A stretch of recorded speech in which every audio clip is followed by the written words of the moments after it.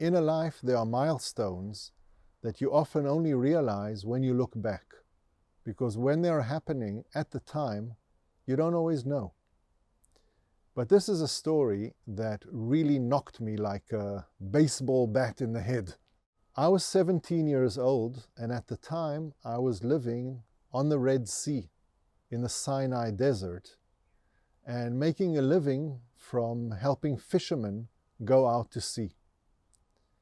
When I say fishermen, you need to understand I'm talking about a dinghy about the size of a two-person sofa. And the fisherman was an old Bedouin shiech that was actually blind, and my job was to row him out to the area where he wanted to do the fishing and keep the boat in the right place whilst he was fishing. So on this day, we were rowing out, and he'd always come along with his hand on the shoulder of a young boy that would be his eyes, carrying a basket in his hand with his fishing tackle, and in the other hand he had some utensils. We'd get into the boat, push off, and go out to sea. Now this area has these incredible blue turquoise, beautiful water, so transparent you can look down and you think you're flying. And this little boat is sitting on the waves, and I'm keeping it in place. And he lowers down the fishing line, and it's going down, down, down, really deep, and holding it, and sitting so his finger can just feel the nibbles of the fish. And every so often he'd go whoop, and bring up one of these huge groupers or barracudas, incredible fish. Now, after catching a couple of fish, he'd make a break.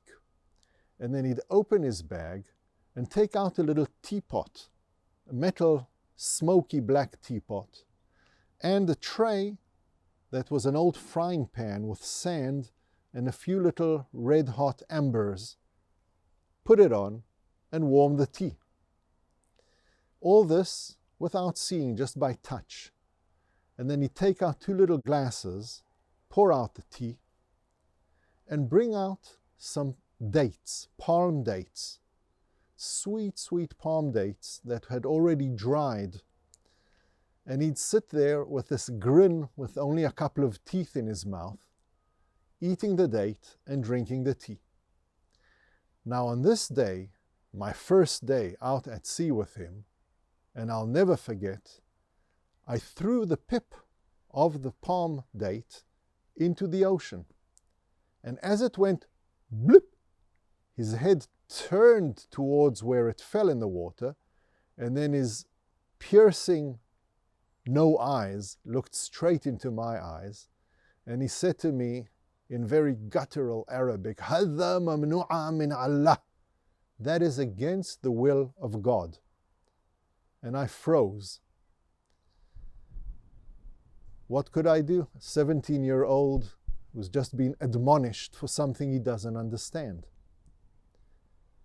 And so I kept eating the palm dates and putting them near me and drinking the tea as he pulled out another couple of fish, and we went back to shore. When we got to shore, it was my job to haul the fish out and get them ready for cleaning.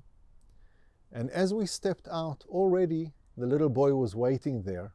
He put his hand on the boy's shoulder, and as they walked into the sunset, he took the palm dates that he had put in his pocket and flicked them one to the right, one to the left, as he walked along on the land.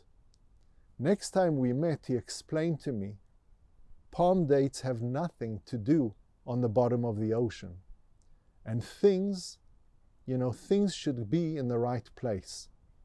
And this idea of things as they were meant to be, I came across it again and again in my life. So the story of this fisherman is really a milestone in my life of, do try to think where you put what you put. It could be a sentence that you say sometime to someone that just doesn't belong there. Even a glance or a word at a child that can really, really not be the right thing to do. هذا ممنوع من Allah, will stay with me forever. It is against the will of God.